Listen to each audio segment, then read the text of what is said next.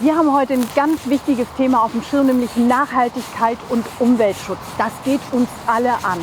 Und auch die Telekom hat diese Themen ganz oben auf ihrer Agenda. Seit über 15 Jahren kümmert sich das Unternehmen um das Sammeln und das Wiederverwerten von alten Handys und Smartphones. Das machen wir nicht allein, sondern dafür haben wir spezialisierte Partner. Einer davon ist Ingram Micro und die schauen wir uns mit euch gemeinsam heute in Flensburg an.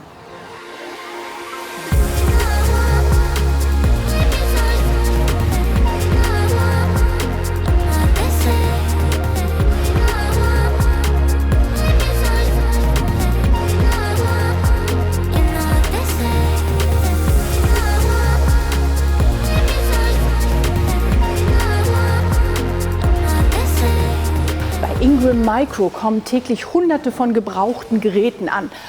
Und eins ist mal sicher, es ist nachhaltiger, wenn ihr eure Smartphones auch länger nutzt. Aber wenn sie denn hier schon mal gelandet sind, dann ist natürlich die spannende Frage, welche von den Geräten kriegen noch mal ein zweites Leben, also können noch mal wiederverwendet werden, und welche Geräte müssen ins Recycling.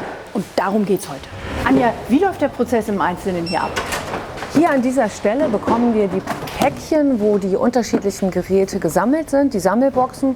Die werden hier an dieser Stelle aufgenommen im System. Also das heißt, jedes einzelne Gerät bekommt hier auch seinen Eingang. Wir nehmen die IMEI-Nummern auf, sodass auch wir eine ganz lückenlose Dokumentation jedes Gerätes haben.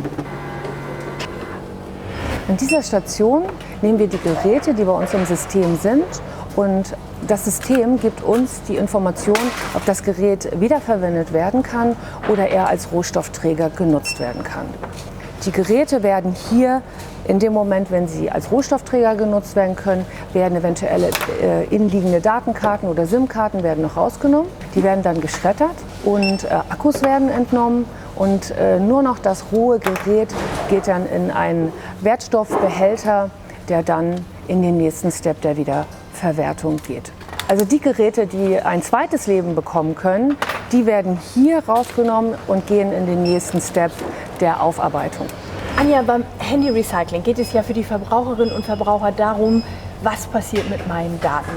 Wie geht ihr damit um? Datenschutz ist die oberste Prämisse in diesem Prozess. Das wissen wir und wir stellen das sicher über ganz spezielle Programme. Wir sind auch ein autorisierter Datenlöschbetrieb und diese Kompetenz, die wir dort haben, haben wir hier auch in diesem Prozess angewendet. Das heißt, die Geräte, man sieht das hier, werden angeschlossen an das System. Die laufen da durch, teilweise 6 bis 30 Minuten, das ist unterschiedlich vom Gerät. Und wenn das grün ist, dann zeigt es dem Mitarbeiter, das Gerät ist gelöscht worden. Das Gerät kann jetzt in den nächsten Step gehen. Sofern das mal nicht der Fall ist, das Gerät kann nicht gelöscht werden, dann geht das auch in das Recycling, dieses Gerät. Also es geht nicht in die Wiederverwertung.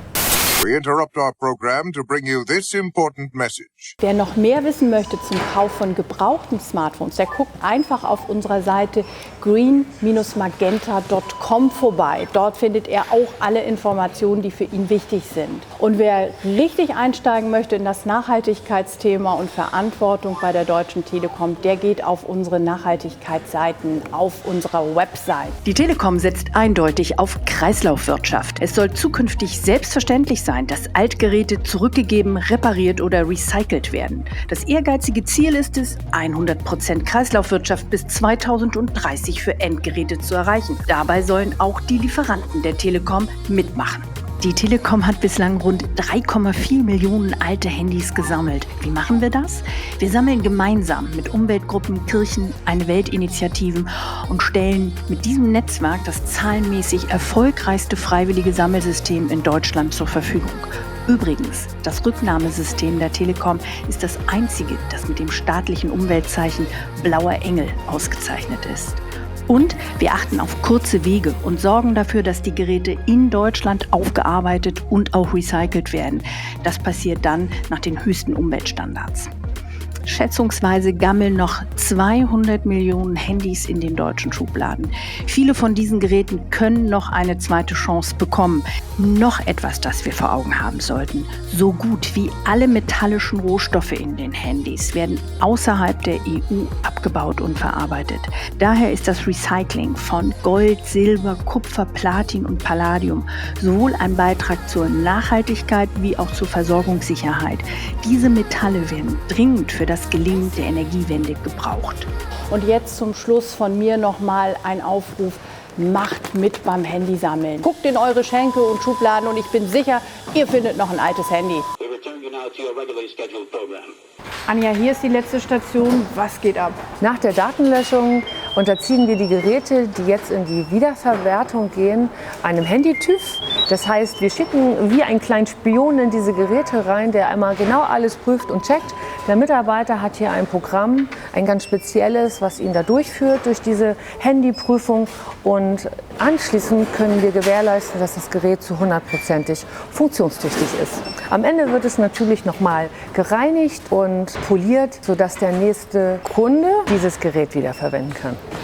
Und über das Gerät würde ich mich persönlich freuen. Wenn euch das Video gefallen hat, dann freuen wir uns über einen nachhaltigen Daumen nach oben. Kommentare wie immer unter das Video und wer nichts verpassen möchte, der abonniert diesen Kanal. Tschüss aus Flensburg.